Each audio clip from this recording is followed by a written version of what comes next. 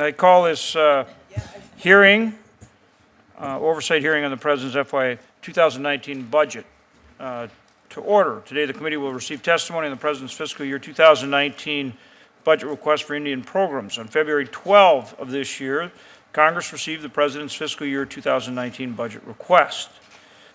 This oversight hearing provides an opportunity to receive important feedback on funding requests for Indian programs.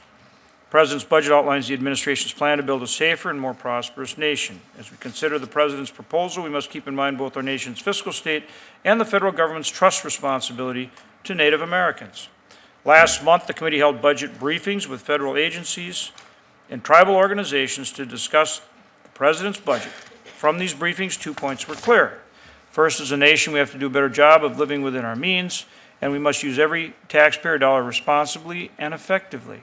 Second, we must balance the fiscal state of our nation with the federal government's trust responsibility to Indian tribes, which includes funding key programs and services for Native communities.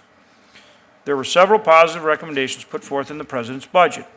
The President's budget request included modest increases for some critical Indian programs, such as an increase in funds for health care and the repair and renovation of Bureau of Indian Education schools.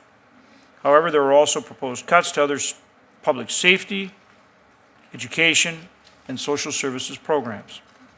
As we think through the current state of tribal communities across our nation, we must be mindful of both our national debt and deficit as well as the needs of tribes. Additionally, we must discuss how we can make more effective and efficient use of federal dollars in Indian country.